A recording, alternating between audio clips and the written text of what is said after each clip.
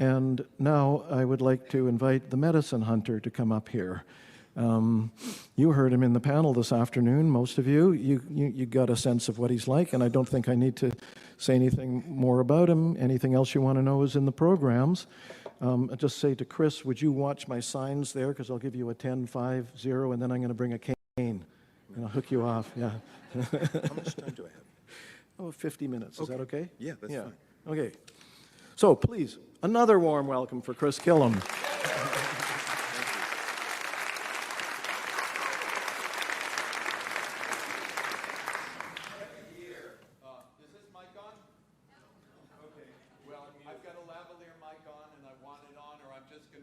Yell loudly until it is on. There we go. Every year, there's just this strange timing, and I think that this conference not only attracts a remarkable aggregation of very talented people, but it also, I think at its very edges, it attracts a little strangeness too. Every year there's some news story that just pops up right before I'm going to speak that is so out there, I just want to share it, whether it's a sequitur or not. 2 years ago, it was that the Vatican's head exorcist had determined that there was a global uptick in demonic possessions due to yoga and Harry Potter. And that seemed like kind of, pretty closely aligned with what we're doing here in some weird, strange way, when what they really should be doing is exorcising the pedophile spirits out of the priesthood. Yes, but this year's is a little kind of removed, but there was an Argentine man in the news yesterday who wanted to join a police force in his local municipality. And there was a rule on the police force that you could not have any visible tattoos on your arms. And he had a visible tattoo on his arm. So he got it removed. Well, he didn't get it removed, he removed it himself. Well, he removed it himself with a cheese grater. Now, you got to ask yourself, do I want that guy driving around in a fast car with a gun and a badge? And I'm thinking maybe not. But there are weird things that happen all over the world. We come together with some like-mindedness. We come together with some, shared realities, even though we come from varied backgrounds. We come from varied experiences. You've got indigenous native people here. You have folks from other countries. You've got people from the lower states. My wife is here. Zoe and I are here from Massachusetts. I represent the plants, and I want to talk about the plants and plant spirit and how the spirit of plants and how sharing those plants can positively affect communities. I accept and respect that people are working with ketamine. I accept and respect that they're working with MDMA.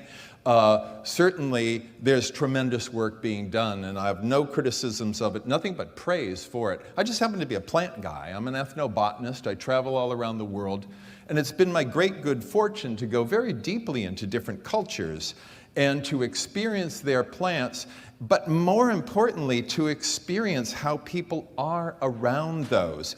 Plants give us so much, and sometimes, especially because almost 70% of the world's population now lives in urban areas, people are in many ways disconnected from plants. They don't get the relationship, but we eat plants.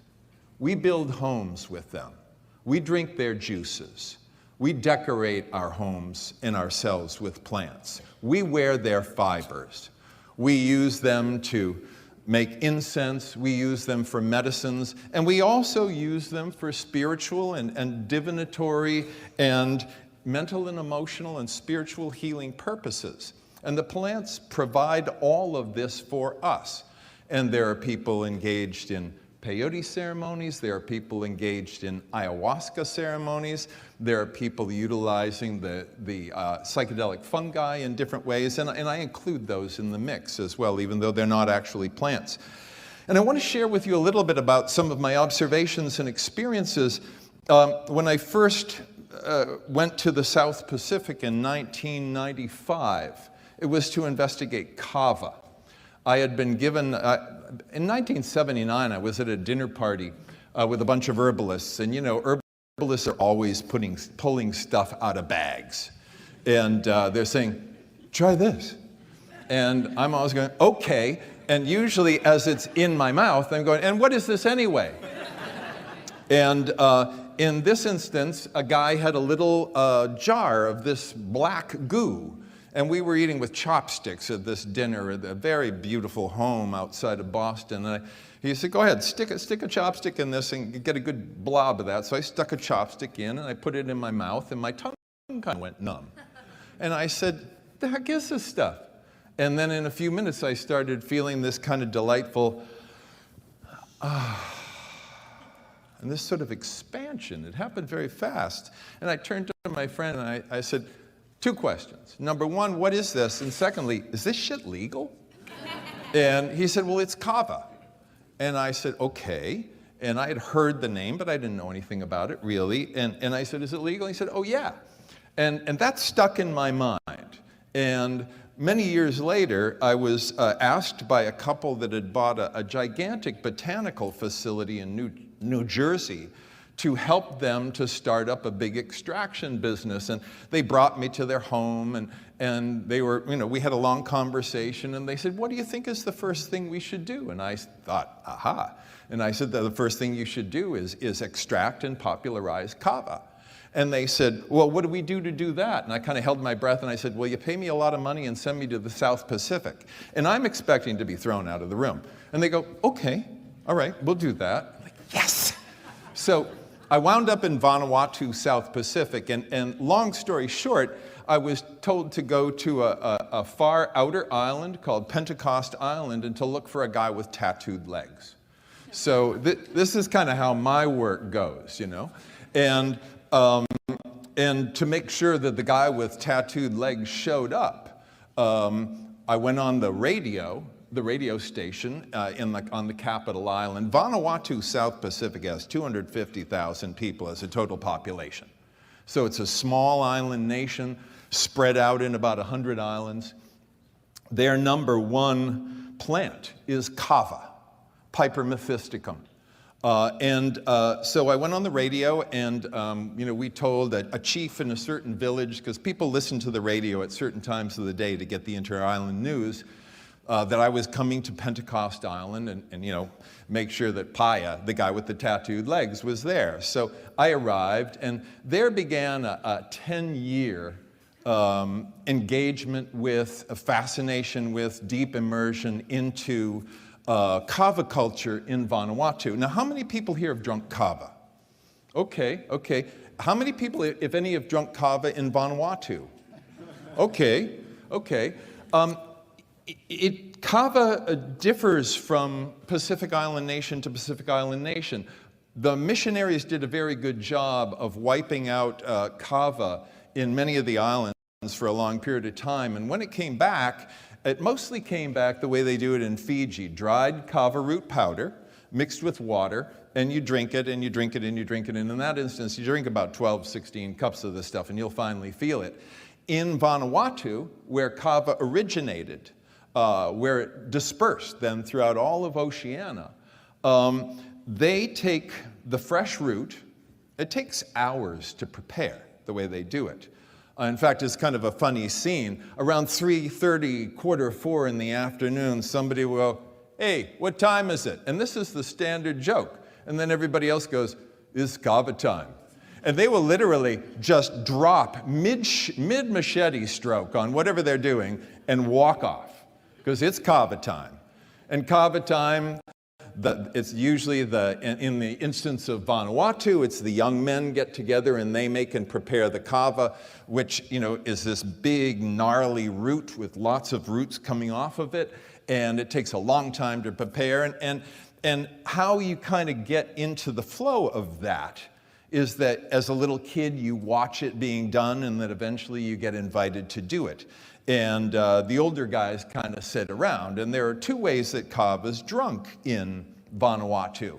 If you go to the so-called Kava bars, which are around some of the little towns, then you just look for a lantern that's burning. And when you see a lantern's burning in the evening, you know there's kava there. So you go there and you pay your 50 cents or whatever, you get a coconut shell of freshly made kava from kava root, and as you drink it down, you get what's known as the kava wave, this feeling of relaxation through the entire body, this great sense of relief. And this is something they do every day. Every day. It's kava time. In Samoa, for example, women make the kava. And some still make it the old-fashioned way of taking the root into their mouths, masticating the root, not to be confused with masturbating, masticating the root, and then they spit it out into a bowl, and when they get enough of that, they add some water, and then that's the kava. But in any case, it's very strong. And so you sit around with your friends, and kava is this agent of kinship and community. The anthropologist E.M. Lemaire said, you cannot hate with kava in you. It is absolutely an agent of peace. And it's also a gift you might bring to a wedding or something. You really want to impress people. You show up with like a big bundle of kava roots, and they're like, oh man, you're really honoring this scene here. You've brought something tremendous. And it is also something that's used to settle disputes. So you and I have a disagreement. We kind of can't figure it out. We get together, we sit down, somebody makes kava for us, we drink kava, then we talk. And what happens is, in the end I say, okay, look, I owe you a pig, okay? And then it's done. And the dispute is over. It's finished.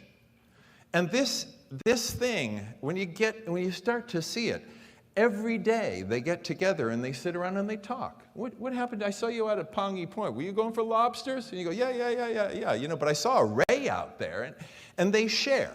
The men and women share. So in the villages, you don't pay for it. You just drink the kava. In the towns, you go to the kava bar and you sit around and you do that. And I say, okay, I'll buy the next round. And it's clever what native people figure out. These indigenous native pharmacologists have figured out all kinds of things. For example, you can drink a number of coconut shells of kava in the course of a night. If you drink them back to back, you will, without question, barf your face off, which is a technical term that we use in botany. And on the other hand, if you space 20 or 25 minutes between coconut shells, you will not. So the way it works is the way they prepare it, they call you up about every 25 minutes or so. They go, hey, come on up, you get another coconut shell, and finally you go, okay, I'm I'm done, I'm finished, I'm through. And then they just count you out of the rounds.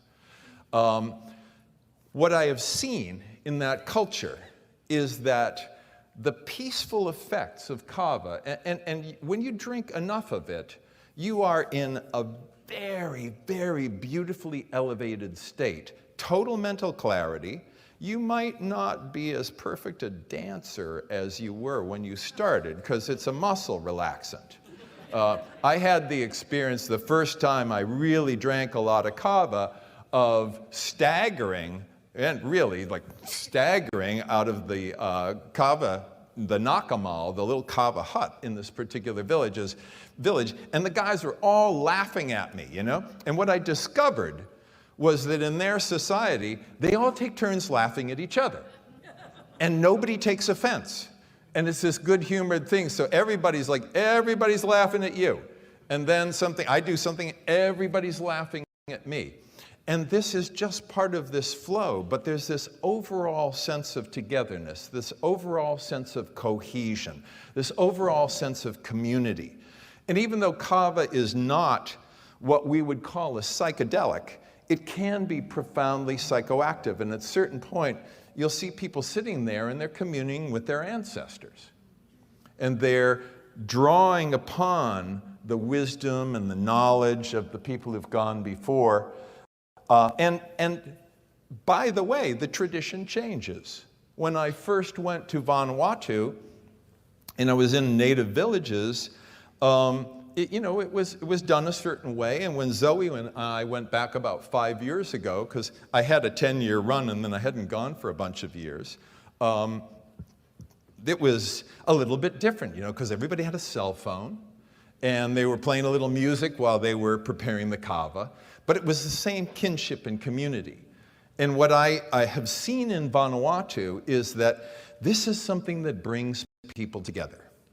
And it does engender a sense of community and a sense of mutual affection. And of course, you have to be good-natured people anyway, and you don't have to drink kava to be good-natured, but it really helps.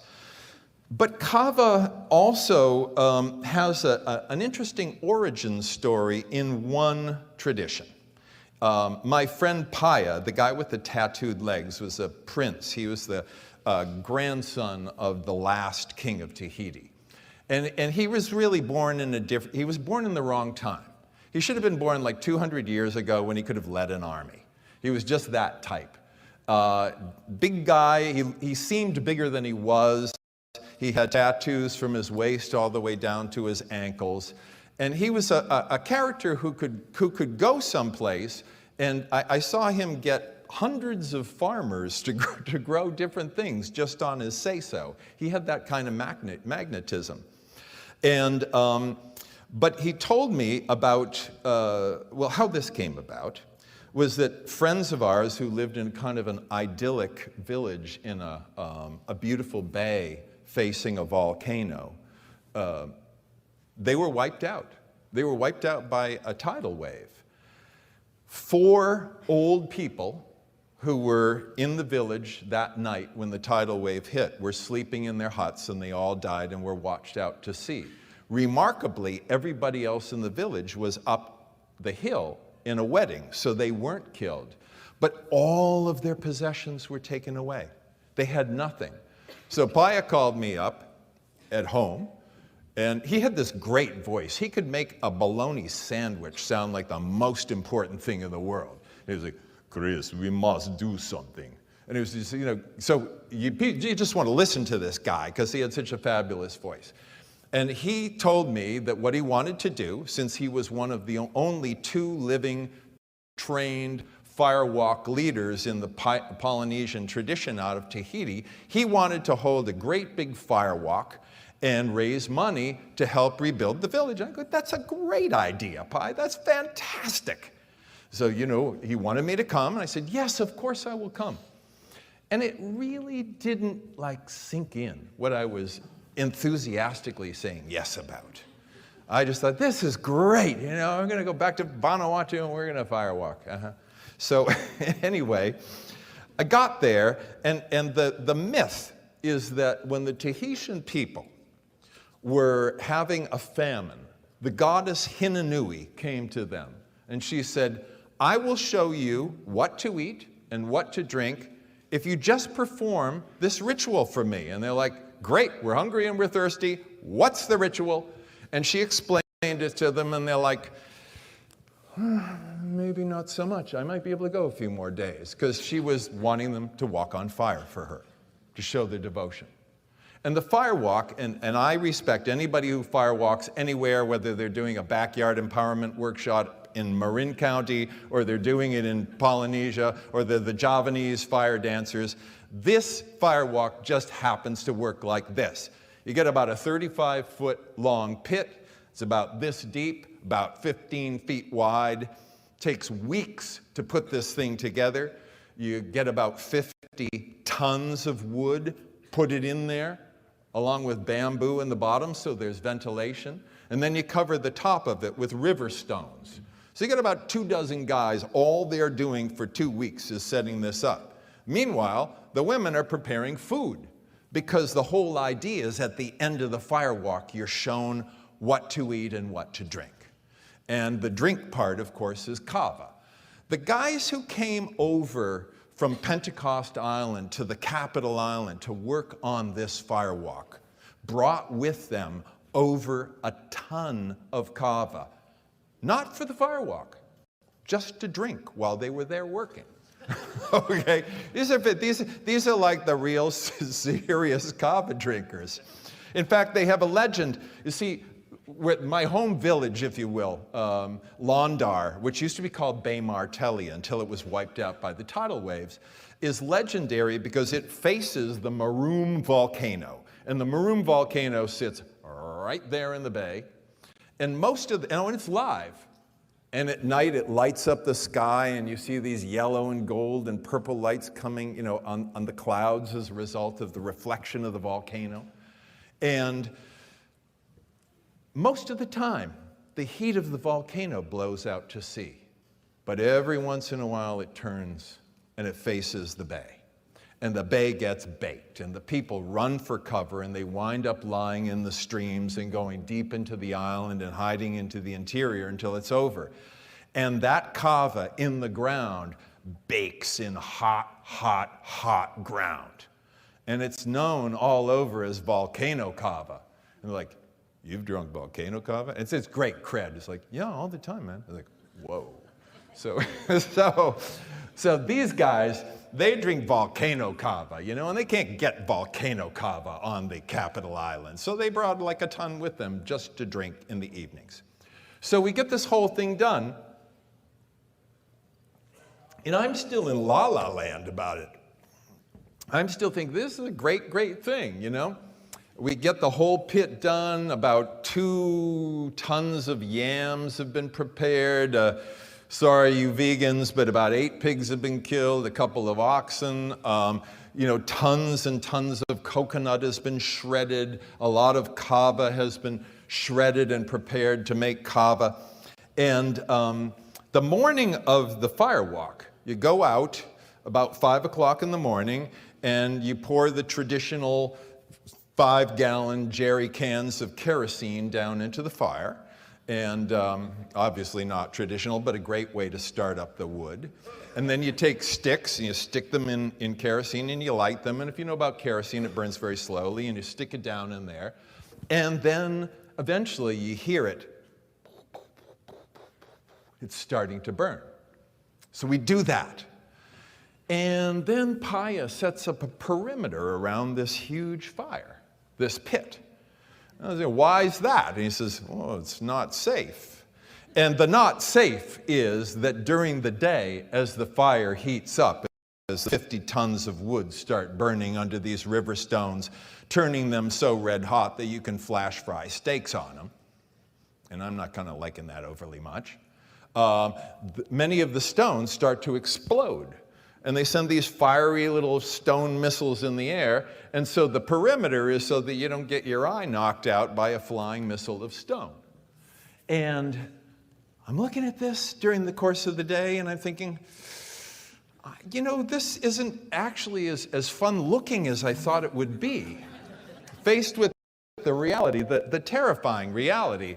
And so by the time the night came, what we had to do, first of all, my friend Paya, who up until moments before had been watching cartoons, for real, came out, but he looks like a warrior. He used to, he's dead now. But he invoked the goddess Hinanui, and then his daughter did this amazing Polynesian fire dance around the outside of the fire.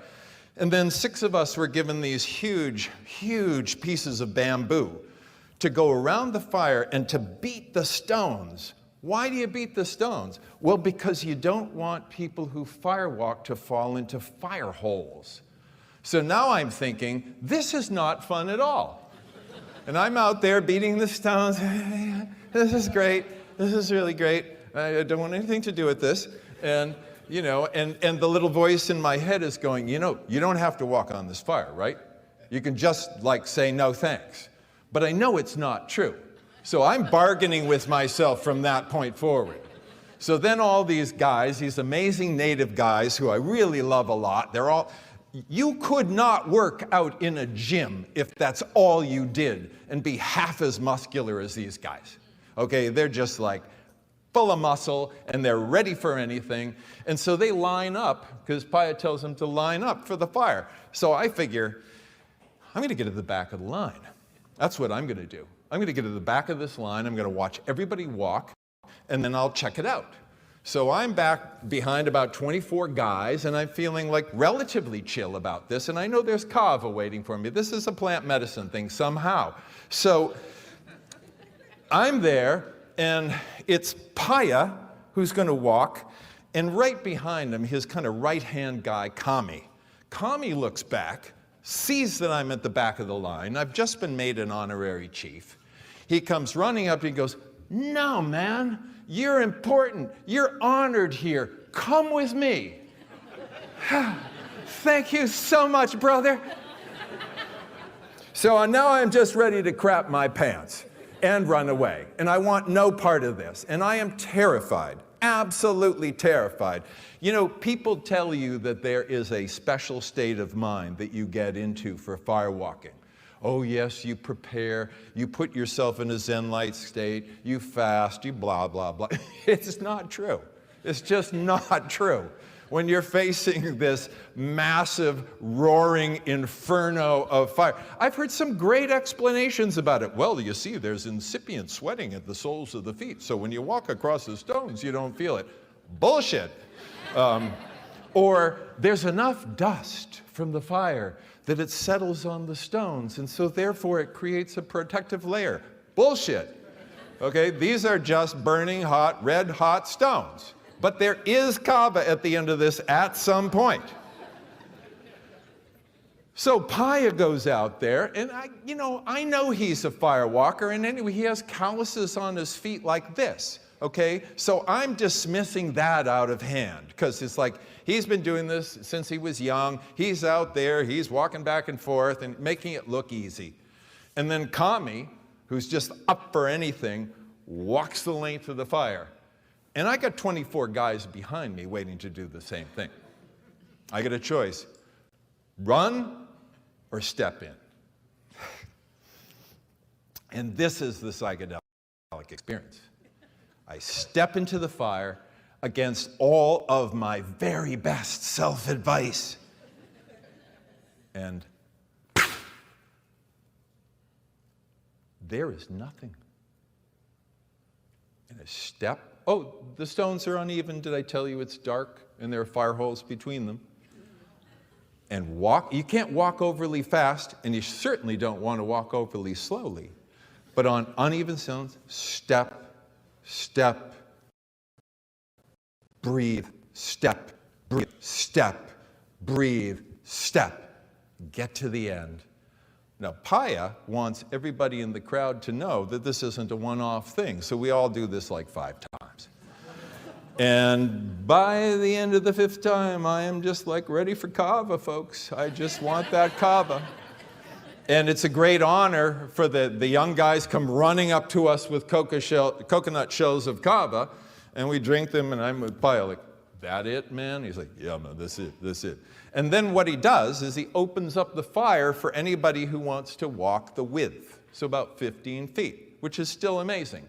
And the ones who do it best, the ones who do it without hesitation, the ones who do it with enthusiasm and pride right away are the little kids. They just line up, and they walk, and then they run around the end of the fire, and then they get in line again, and they walk, and they do it until finally he closes the fire. And then we all have a monster feast, and then we fulfill the story of Hinanui and the famine and the breaking of that famine and the drinking of Kava and how Kava came to be. What I saw there was that this plant engendered peace and tranquility, which, I mean, it doesn't hurt that you're on a peaceful bunch of Pacific Islands with astonishing views everywhere you turn and a small population and a lot of nature around. That does not hurt at all. But the effect of the spirit of the plant was to bring people together. Now, the plants, in a totally different way, have brought us together.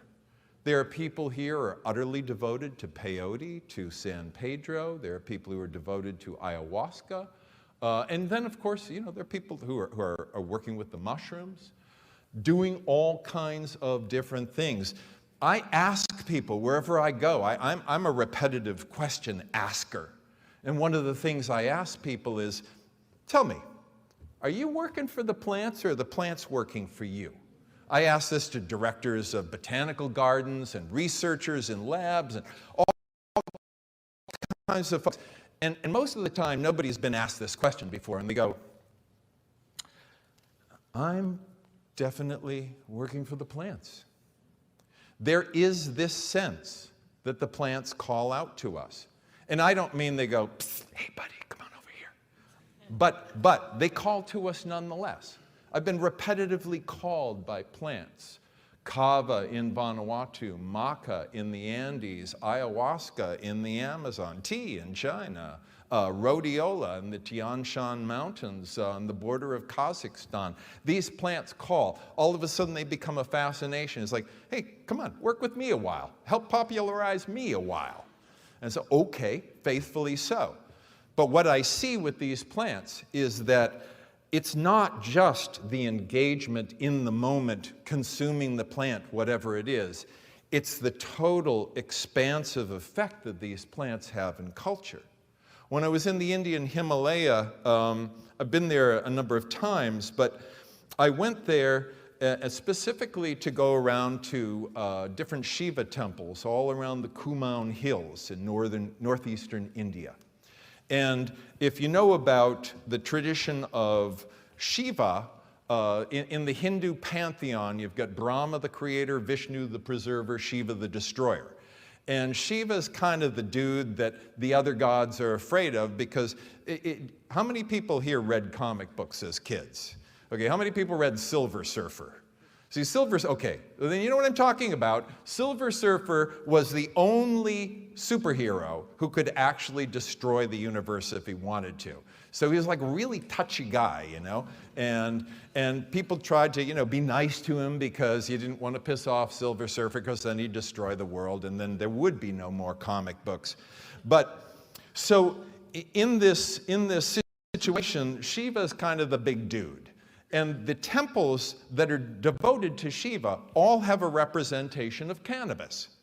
There'll either be a huge pot with not, you know, a pot plant in it, or there will be art of cannabis on the wall, something, because Shiva is both the originator of yoga, which is a practice, as you know, of conscious integration, growth, and enlightenment, or also is the person who gave cannabis to humanity. So when you go to these Shiva temples, the communion, I mean, I went to church as a kid, and communion was grape juice and a little square of Wonder Bread, and it was just not inspiring. I mean, I liked the grape juice. My mom did Welch's grape juice commercials on TV. You know, she was a TV personality. First time I ever did TV, I was 7 years old. I was in the studio with my mom. She said, hey, you want to do a commercial? I said, well, what do I have to do? She said, you have to drink grape juice, say it's good, and ask for more. I said, I can do that. So I had a connection to Welch's grape juice through my mother. But it was not strong enough to make the communion a holy experience. It simply reminded me of being on TV and WBZ, which I don't think was the intention. But when you are at these temples, often the priest will go, smoking? And that, yeah, sure. And then they produce the hash, or the charas, which is that, you know about charas? Okay, yes. Of course, the Duchess knows about charas. She's the hash queen, by the way. We have the queen of hashish in here, and we also have Lawrence Cherniak, who wrote the great books of hashish. And for those of you who collect books and know about some of the great volumes and works on psychoactive plants, there is no set of volumes like the great books of hashish. Tremendous. So what they do is they take the plants when they're mature and they rub the buds. Just rub them and rub them and rub them and rub them and rub them. They keep doing this for like a long time. And then if you've grown, how many here grow cannabis? How many here grow cannabis but don't want to say so in public? Okay, good. So they do this, and then eventually they get all this sticky resin on their hands, and then they do that kind of like thing like this, and they get the little black strands, like the little threads, and you do that all day long, and finally you've got balls of it, and eventually you get a bunch of this stuff, and that's called charas. And you might get charas in balls, you might get it in what are known as fingers, but it's the common hashish. It's the first hashish that was ever made, charas. And so you sit and you smoke hash, and there's somebody playing music, holy music, and there's incense. And in the Himalayas, there may be a nice breeze. And you're in this temple where people have worshiped. And often the temples have a steel cable with bells on it, so when visitors arrive, they grab the cable and they shake it hard, and that's to let the gods know that you're there. And in that environment, the peace just washes over you like a refreshing bath of energy. And what I've seen, and I don't want to over-idealize how this goes. There's some domestic abuse in Vanuatu, in the land of Kava, but almost entirely among the alcohol drinkers living in the slums of Afati, not really among the Kava drinkers. And I don't want to suggest that there's perfection in the Kumaun Hills, but what I can tell you is that the cannabis culture, because virtually everybody's growing it in their yards. You drive around on these winding roads, and if you've been in India, you know that everybody plays chicken on the roads, right? That's how it goes. If you got 2 buses and 2 trucks, this bus from behind the first one goes into the lane that way, so you got 2 buses going this way. The back truck comes this way. You know, there's a steep ledge this way and a hill this way and no place to go. And they just say, okay, who's going to blink? So it's weird. These roads are terrible. All you want to do is get from place to place. But everywhere you go, you see cannabis. And there's charas everywhere. And the effect is that this plant, working with the plant, working with it in ceremonial circumstances, it does have this kind of cultural cohesion. I saw a documentary recently about Black Americans and their relationship with cannabis and the good and bad things that have happened in the Black communities. And at one point, Snoop Dogg said an amazing thing. He's a very articulate guy, and he said, you take 200 brothers who don't even like each other. You put them in a room with a bunch of ganja. In an hour, they're going to be taking selfies and shit. You take 4 brothers, you put them in a room with a bottle of alcohol, one of them's going to die. Now, maybe that's true. The point is that you have not heard of the crazed horde of people that rampage through the streets, stoned, overturning cars and burning buildings. It just doesn't happen. And so there is this sense of peace, partly because people want to get along, but also partly because the plant, the nature of the plant, the essence of the plant, the spirit of the plant, the effect that it imparts is peaceful. And that's a beautiful thing. I drifted on to Kathmandu, Nepal, and went to a temple that I'd wanted to go to because I knew it was spectacular and old, called the Machendranath Temple. And every night at the Machendranath Temple, musicians play holy music, and it's a riot because they have this book, and I'm not kidding, it's maybe closed about 2 feet wide, it's about 3 feet in length, and they open it like this, and then they argue about which songs they're going to play. No. So they pass this back and forth. They finally figure out what holy songs they're going to play, and then they fire up some ganja. And the first time I went there, I arrived, and they kind of looked at me and they went, and there were other people there, foreigners, and they didn't invite them in. I didn't know why, but I went up and I smoked with them. And then I went back, and as they started to play music, I went into a deep and profound ceremonial place. Every bit as deep and profound as being sung to by shamans in the Amazon on ayahuasca. And I did this for 9 days, 9 nights actually. I went to the Machendranath temple, smoked with them repeatedly through the night because, of course, they would reignite after a little while, and they would do this until late. And that was where I really got the profound psychedelic value of cannabis. Because, as you know, depending on the dose and depending on the administration, I mean, you eat a ball of hash, yes, absolutely, you're going to trip for 12, 13, 14, 15 hours, no question about it. But in that situation, the pervading sense was of the spirit of Shiva and the devotion that was opening up portals to that spirit, and also the effect of the cannabis. It just created this beautiful, beautiful space. And in that space, there was peace and openness and tranquility. And these kinds of effects, we know because we experience these in our communities with the different medicinal plants. These kind of effects have a Doppler effect. You know what a Doppler effect is? When an ambulance is going to say, the volume changes as they get further and further away. There's this overall release of the energy over time, and you go back and you refresh periodically. You go to the temple that night and you go deep into the holy music, just the way you would go deep into the Ikaros in a healing ceremony in the Amazon. Which brings me to the third plant that I want to talk about, which isn't really one plant, as Andrew pointed out in his very comical description of his experience with ayahuasca. It's two.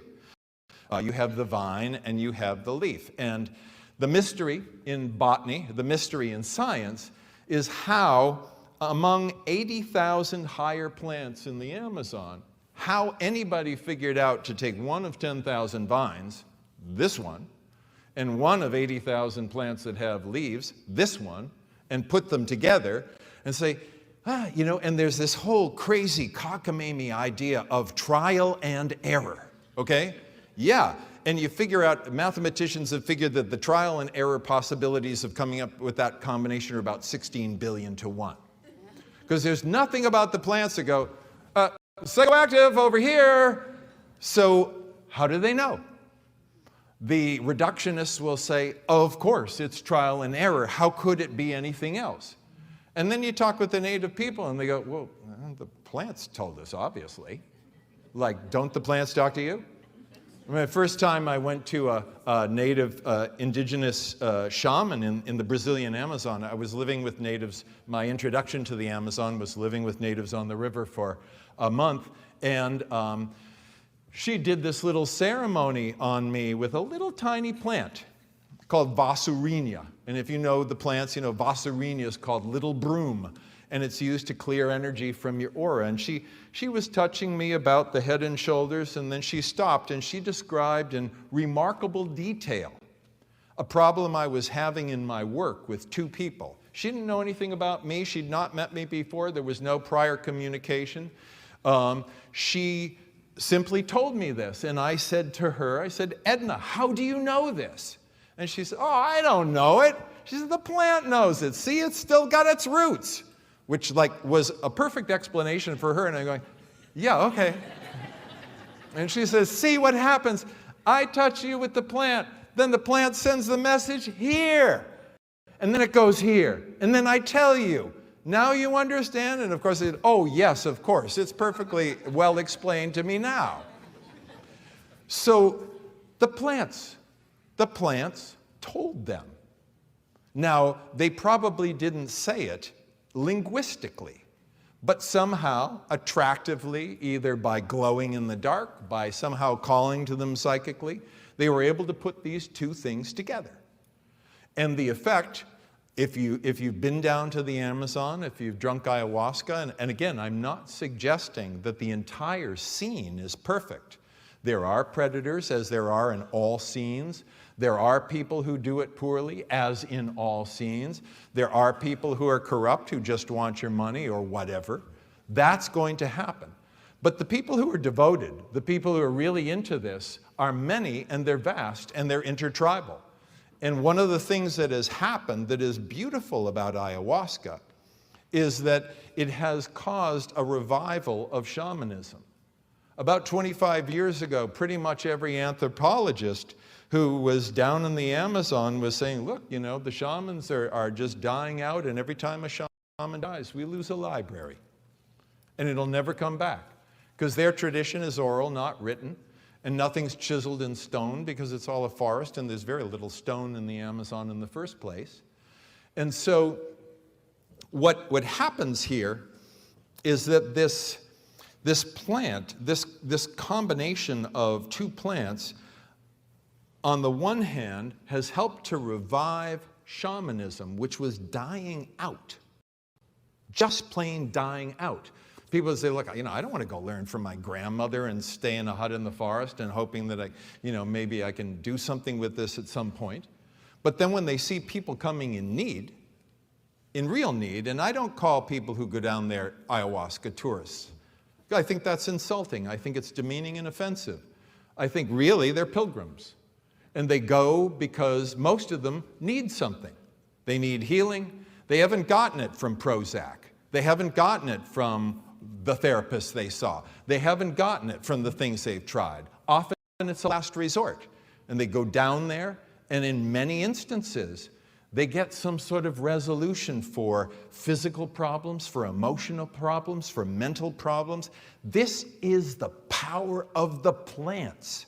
This is the delivery. This is the proof of our completely inextricable intertwining with the plants. You know, we all co-evolved together. We did not co-evolve with Klonopin. We did not co-evolve with Prozac. We did not co-evolve with Sirax. We did not co-evolve with any of those drugs. And what happens? They mess up our metabolism. I said earlier today, 200,000 Americans die faithfully every year from the proper use of over-the-counter and prescription drugs. These things are largely toxic, and I've been in an emergency room when I've needed, administration of drugs to keep me going after a bad accident, and I respect that and appreciated that happened. But then very quickly, as soon as I got out, I turned to plants to heal, because that's the point. And what I've seen in the culture of ayahuasca that is encouraging is that in the midst of this savage devastation of the rainforest, this utter destruction of wildlife, this driving many native people off of their lands and leaving them without anything, the complete, awful, horrid crisis that's happening down there, right now, today, right now, as people are running for their lives, and we have the good fortune to be here, that's going on. And at the same time, there's this strange, weird counterbalancing force in other communities and other areas where ayahuasca, it's spreading out through the entire community. I just spent 2 years doing a sustainability survey on the vine, because years ago, people had said, the vine is in peril, it's being ripped out of the forest is being devastated as a result, we're running out, panic, panic, panic, our hair's on fire, quick scream and run away. It's not true. What I found after 2 years of my team and I going around in Loreto and Ucayali provinces, where you have the Iquitos and Pucallpa, two of the main centers for ayahuasca in South America, is that a lot of people are cultivating. You got one guy named Francisco Montes. He's cultivating so much ayahuasca that he uses it to make fencing and railings around, decking railings. Okay, and he's got 6,000 vines. He's never ever going to run out. Never. No matter how many, if he had Woodstock there, and ayahuasca Woodstock, kind of a horrifying thought, really. Terrible. But if he did, he'd be able to serve everybody. And at the same time, my friends and I went to the ayahuasca breadbasket of the Peruvian Amazon, way out in the Rio Tamaya, southeast of Pucallpa, heading toward the Brazilian Amazon, where we were taken into the motherlode of ayahuasca vine, where we were taken into a forested area where you go 10 feet and there's a vine, and you go 20 feet more and there are 2 more vines there, and there are 6 over there, and like this. And it's not just that it's a vine, It's a vine that climbs up into the trees and eventually produces tons and tons and tons of material. So the good news is that the ayahuasca supply right now is holding. And you have churches like UDV and Santo Daime who have been cultivating their own for a long time. They're not buying from the market. They're not doing that. They're growing their own. They have conservation efforts. So the situation is good. But what I saw that I really liked was there were people making ayahuasca who were native people, and they were able to support their families doing that, making big batches of ayahuasca, providing that to different centers, people harvesting, being able to feed their families. All of this because of the interest, because these plants are calling people. Whenever it is that ayahuasca first started calling people down, I mean, we can go all the way back to Manuel Villavicencio in the 1500s, the first known non-native person to drink ayahuasca. But when it really started to become popularized, say about 15, 16, maybe 20 years ago, it's the plants calling to us. It's the plants inviting us in. It's the plants offering us that healing power. And what I would like to say is that to my satisfaction, despite many terrible problems in the world, I mean, when I said up here earlier, it's a shit show out there, it is. People talk about a future when there may be an apocalypse. You go to Nanjing, China, you go to some of the big cities in Asia, and you go, oh, right, okay, the apocalypse is fully and completely underway. I didn't realize it had started quite a while ago, actually. And you go to overpopulated cities in South America where people are living on hillsides without electricity or plumbing. God knows how they survive. You know, trucks of water come around and they have to pay a fortune for it just to live. And you go, wow, the apocalypse is well upon us. And at the same time, there is this counterbalancing force. We don't know how it's going to settle out. I mean, if I were a betting person, I would say the appearance is that we're going down. But I believe in the principle of proceeding as though you can make a difference. That's what keeps me going. That's what keeps Zoe going. That's what keeps a lot of people going. But the plants have this enormous power to bring people together. Look at us. I mean, would we be in this room if it weren't for the plants, if it weren't for the psychoactives, if it weren't for the healing possibility? I say we would not be. And yet, there's enormous talent. People have made great effort, and in some cases come from very far, to be here, to work with this unifying force. The plants keep us alive. It's thanks to them that we breathe. If that stops happening, you don't have to worry about being afraid at the firewalk. You really don't. 5 minutos. A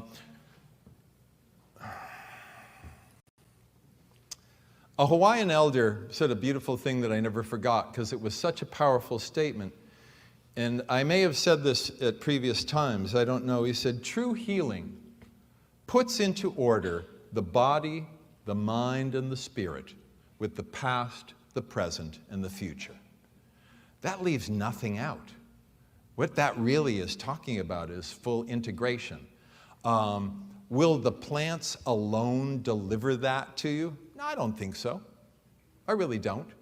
But I do think that they open up portals into the spirit world. I think they open us up in receptive and clever ways. I think they give us a greater sense of connectedness with all things. I think they make us hopeful. I think they make us, you know, we all search for different things in the world. Some people go around just looking for problems all the time. Who's the person who's going to cause me harm?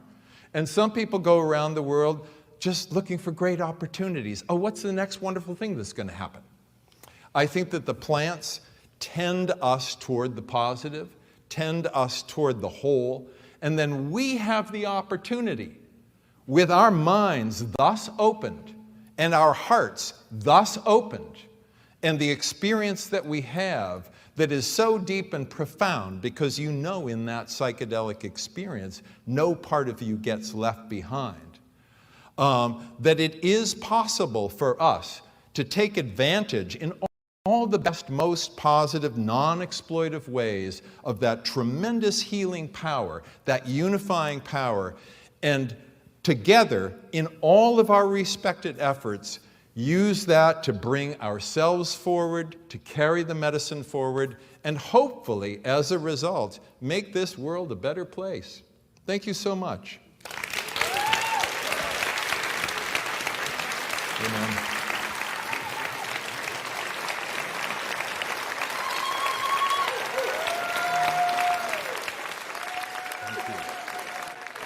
Thank you so much. Bless you all.